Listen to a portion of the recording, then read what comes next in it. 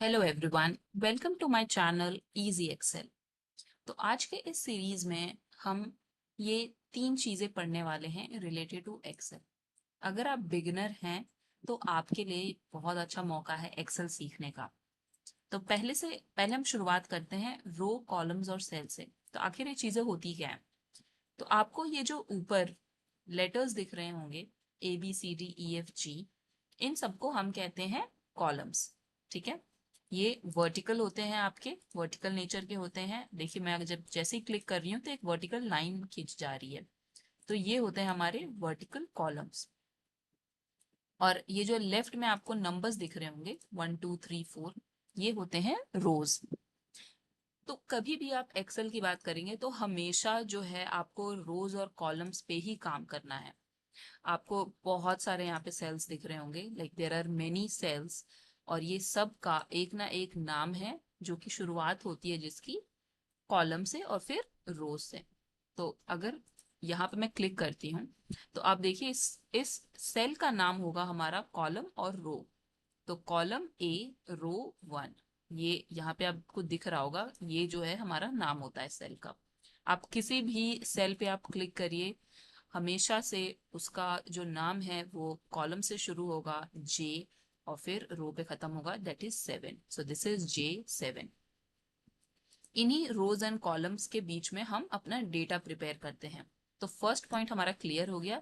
रो जो होता है वो होता है हमारा हॉरिजॉन्टल, ठीक है, और ये हमेशा नंबर होता है। कॉलम जो है वो होता है हमारा वर्टिकल, और ये हमेशा लेटर होता है। और सेल होता है हमारा इंटरसेक्शन, यानी कि जहां पे हमारा एक रो और एक कॉलम मिलता हो वो बनाता है हमारा इंटरसेक्शन, यानी कि सेल। और सेल का नाम हमेशा होता है कॉलम और उसके बाद रो से। Like this is your B1, this is your B2। ठीक है। नेक्स्ट है हमारा एंटरिंग एंड फॉर्मेटिंग। तो कोई भी डेटा जब आप फिल करते हो एक्सेल के अंदर, तो उसमें ना बहुत सारी चीजें आप कर सकते हो। उसमें बहुत कलर्स आप डाल सकते हो, हाईलाइट कर सकते हो, अलग अलग स्टाइल में आप लिख सकते हो। तो ये सब कुछ आता है हमारा फॉर्मेटिंग के अंदर।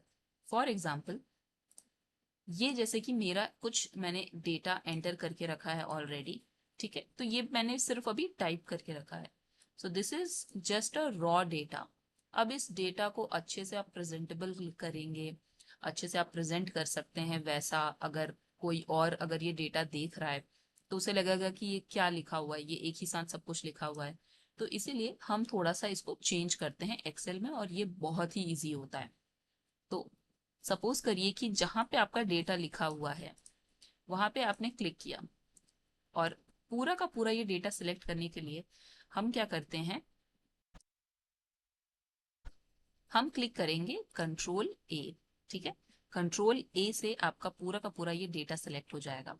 ठीक है, और फिर हम क्लिक करेंगे Ctrl+T। Ctrl+T से हम इसको बनाएंगे टेबल। ये देखिए, ये हमारा हो गया टेबल। ठीक है, इसको अभी,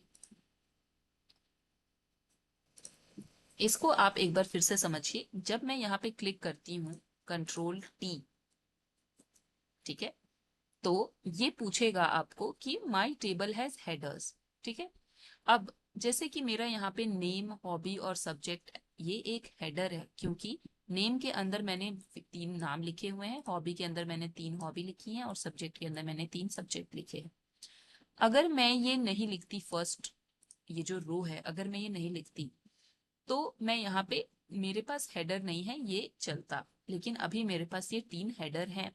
यानी कि मेरा जो नीचे का ये सारा डेटा है वो एक्चुअली में मेरे इस हेडर के अकॉर्डिंग ही लिखा हुआ है। तो इसीलिए मैं यहाँ पे टिक कर दूंगी कि yes my table has headers, और फिर हम क्लिक करेंगे ओके। ठीक है, एक बार फिर से हम करते हैं। पूरा का पूरा डेटा सिलेक्ट करने के लिए हम करेंगे Ctrl+A, और फिर टेबल के फॉर्म में बनाने के लिए हम करेंगे Ctrl+T, और फिर हम देंगे इसको कि माई टेबल हैज हेडर्स। अब ये देखिए, ये मेरा डेटा हो गया एक प्रेजेंटेबल फॉर्म में। पता चल रहा है कि हाँ भाई, नाम 3 है, हॉबी 3 है और सब्जेक्ट 3 है। ठीक है, अब इसमें आप अपने हिसाब से कोई भी कलर आप दे सकते हैं इसको। अभी कलर के बारे में हम नहीं सीखेंगे, पहले हम मेन जानकारी जान लेते हैं। इसके बाद हमारा आता है फंक्शंस। ठीक है, फंक्शंस, तो फंक्शन क्या क्या हो सकता है? फंक्शन होता है जो बहुत सारी फॉर्मूलाज और बहुत सारे इजी डेटा को करने के लिए जो चीजें हमारे पास हैं एक्सेल में, वो आते हैं हमारे फंक्शंस। फंक्शंस हमेशा आपके कैसे आपको दिखेंगे कि हमारे पास क्या क्या फंक्शंस अवेलेबल हैं। आप क्लिक करो इक्वल टू, और उसके बाद आपको बहुत सारे फंक्शंस मिल जाएंगे। यानी कि आप जब लिखोगे ना सम, तो सम के बहुत फंक्शंस हैं।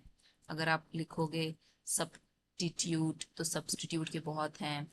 बहुत कॉमन फंक्शन होता है वी लुकअप, वी लुकअप मिल जाएगा आपको, एक्स लुकअप मिल जाएगा, जो बाकी के वीडियोस में हम जानेंगे। तो ये सब होते हैं ताकि आपका जो काम है वो बहुत आसान हो जाए। आपको फॉर्मूलाज मेमोराइज करने की जरूरत नहीं पड़ेगी अगर आपको ये सारे फॉर्मूलाज आते हैं तो। और जरूरी नहीं कि आपको सारे फॉर्मूलाज आए, हम कुछ बहुत ही इंपॉर्टेंट फॉर्मूलाज पढ़ने वाले हैं आगे के लेसन्स में, तो स्टे ट्यून्ड। बाकी तब तक के लिए थैंक यू।